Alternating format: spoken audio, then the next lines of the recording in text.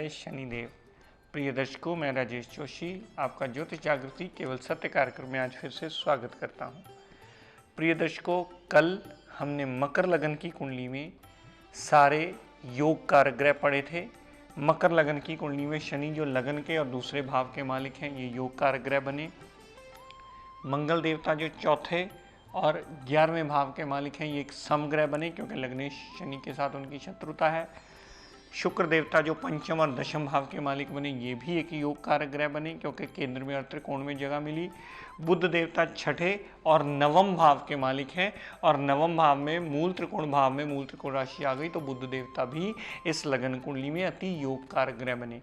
तो इसी श्रृंखला को आगे बढ़ाता हुआ प्रिय दर्शकों, आज हम बात करेंगे मकर लगन की कुंडली में मारक ग्रहों की प्लेसमेंट या मारक ग्रहों की किस किस को पदवी मिली हुई है। मैंने पहले भी इसके बारे में जानकारी दी थी, थोड़ी सी इसे रिपीट कर देता हूं ताकि आपको पक्का हो जाए। मारक ग्रह प्रिय दर्शकों ये नहीं होता कि वो ग्रह अपनी दशा अंतरदशा में आपको मृत्यु तुल्य या मृत्यु बराबर कष्ट देने वाला है या मृत्यु देने वाला है। वो मृत्यु के बराबर कष्ट अवश्य देता है। जातक के जीवन यापन की मुश्किलें कई गुना बढ़ा देता है। जातक का हार्डवर्क करने के बाद भी उसको रिजल्ट नहीं मिलता। जातक को फाइनेंशियल प्रॉब्लम्स आती रहती हैं। जातक का परिवार पूर्णतः साथ कभी देने वाला होता ही नहीं। जातक जिस काम में भी हाथ डालता है, काम उससे 2 कदम आगे ही रहता है। जातक छोटा सा काम कराने के लिए उसे खपना अवश्य पड़ता है। तो ऐसी स्थिति जो जातक खुद डिजर्विंग हो, वो चाहता हो और उसकी कैपेबिलिटी हो कि मैं यहाँ इस पोस्ट पर बैठने के काबिल हूँ, लेकिन मारक ग्रह की अगर दशा अंतरदशा चल पड़ी तो वो उसे उसमें पहुँचने ही नहीं देगी। वो सदैव उसकी दिक्कत परेशानियों में बढ़ोतरी करती ही मिलेगी। जो जातक डिजर्विंग भी होगा, अगर मारक ग्रह की दशा अंतरदशा चल पड़ेगी तो उसे वो डिजर्विंग रिजल्ट भी कभी नहीं मिलेंगे। क्यों?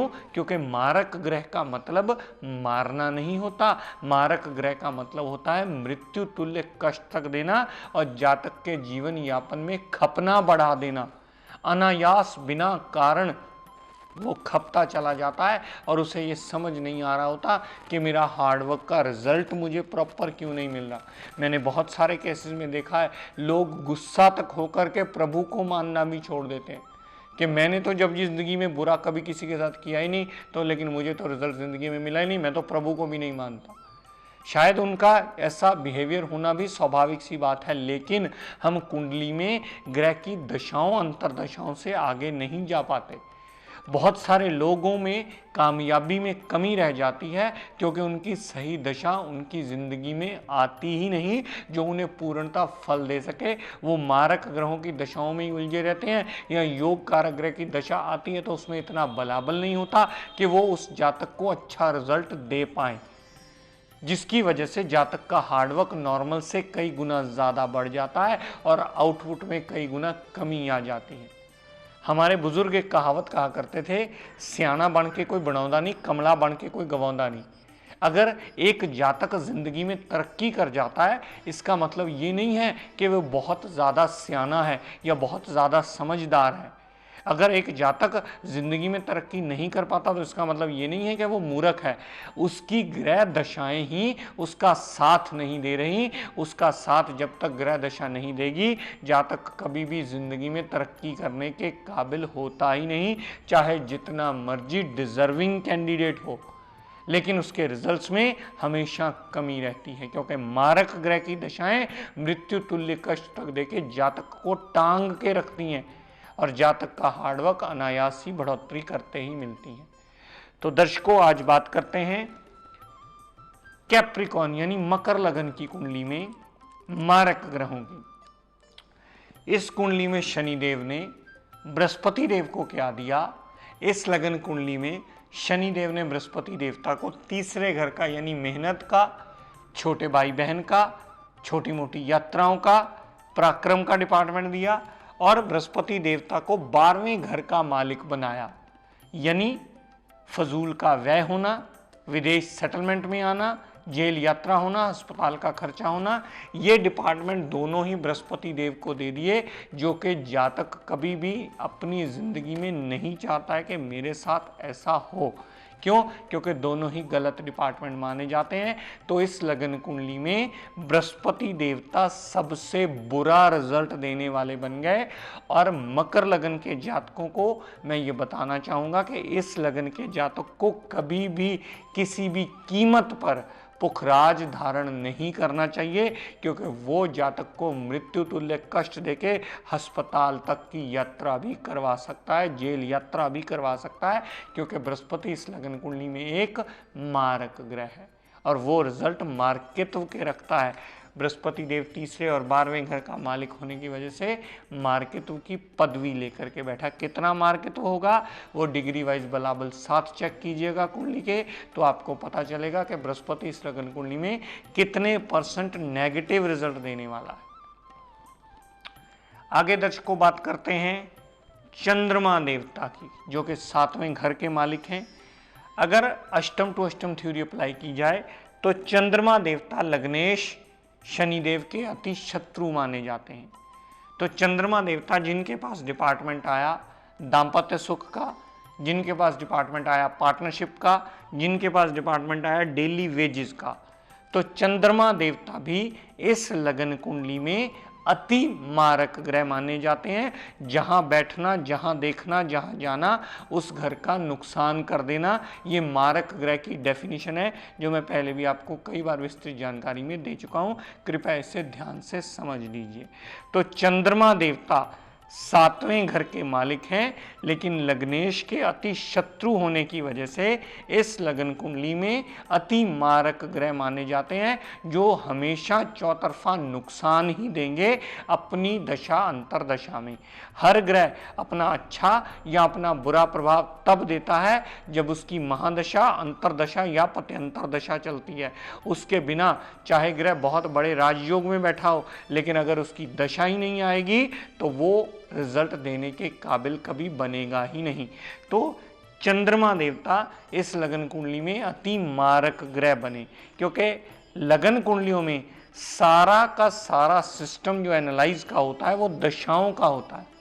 हम जब सबसे पहले कुंडली खोलते हैं, सबसे पहले देखते हैं कि जातक की दशा कौन सी चल रही है, फिर जिस ग्रह की दशा चलती है उसकी कुंडली में प्लेसमेंट देखी जाती है कि कुंडली में प्लेसमेंट कहाँ है, क्या वो कुंडली का योग कारक ग्रह है या मारक ग्रह है, वो कितना बल लेकर के बैठा है। ये 2-3 चीजें देखने के बाद हम निर्णय कर लेते हैं कि जातक इतने % अच्छा या इतने % बुरे रिजल्ट्स में फंसा हुआ है। तो हम अपनी बात कर रहे थे चंद्रमा देवता, जो कि इस लगन कुंडली में लग्नेश शनिदेव के ही अति शत्रु हैं और अष्टम टू अष्टम थ्योरी के मुताबिक इस लगन कुंडली में अति मारक ग्रह माने जाते हैं। जहां बैठेंगे, देखेंगे, जाएंगे, उस घर का नुकसान अवश्य कर देंगे। तो दर्शकों बात करते हैं सूर्य देवता की। सूरज देवता इस लगन कुंडली में 8वें घर के मालिक हैं, यानी अष्टमेश हुए इस लगन कुंडली में सूर्य देवता 8वें घर के मालिक होने की वजह से इस लगन कुंडली में सबसे बुरे घर के मालिक बने सूर्य देवता। हाँ, अगर विपरीत राजयोग की किसी स्थिति में आ गए, यानी 6, 8, 12 में ही पड़े हुए, तो वो अच्छा फल देंगे। इसकी विस्तृत जानकारी हम आपको बाद में देंगे, लेकिन फिलहाल आप मारक की डेफिनेशन समझ लीजिए कि सूरज इस लगन कुंडली में अष्टमेश होने की वजह से अति मारक ग्रह माना जाता है, जो जहां बैठेगा, जहां देखेगा, जहां दृष्टि भी डालेगा, उस घर का सदैव नुकसान करता ही मिलेगा। क्यों? क्योंकि उसमें 2 डिसएडवांटेज है। एक तो सबसे बुरे घर का मालिक है, यानी 8वें घर का मालिक है। दूसरा सबसे बड़ा डिसएडवांटेज कि वो लग्नेश शनिदेव का ही अति शत्रु है, यानी आपकी बॉडी अंधेरे की बनी है और ये उजाला है और उसे खत्म करने वाला है। तो एक बात सदैव स्मरण रखिएगा, इस लगन कुंडली में कदापि किसी कीमत पर भी पुखराज धारण नहीं करना चाहिए किसी भी जातक को। वो सदैव हर जातक के लिए हर अवस्था में वर्जित माना जाता है। इस लगन कुंडली में किसी को कदापि चंद्रमा का सुच्चा मोती धारण नहीं करना चाहिए। क्योंकि अक्सर देखा जाता है कि छोटा बच्चा होता है वो शरारतें ज़्यादा कर देता है, उसे अक्सर आसपास के लोग ही रिकमेंड कर देता है इसे जी मोती पहना दो, इसे चांदी की माला पहना दो। लेकिन अगर मकर लगन की कुंडली हुई या चांदी की आपने चेन पहना दी या माला या सुच्चा मोती पहना दिया तो इस जातक के लिए कष्टों से भरपूर हो जाएगा जिंदगी। तो ये देखना सबसे अनिवार्य होता है कि जो रिकमेंडेशन आप दूसरे को देने जा रहे हो सबसे पहले ये देख लो कि वो कारक ग्रह की एक्टिवेशन देगा या मारक ग्रह की। अगर इस लगन के जातक को चांदी की चेन पहनाई जाए या सुच्चा मोती पहनाया जाए तो ये जातक मृत्यु तुल्य कष्ट तक भोगेगा, क्योंकि ये वहम अब हमें दिमाग से निकालना होगा कि अक्सर हर जातक को उठाया सुच्चा मोती पहना दिया। नहीं दर्शकों, ये गलत बात है।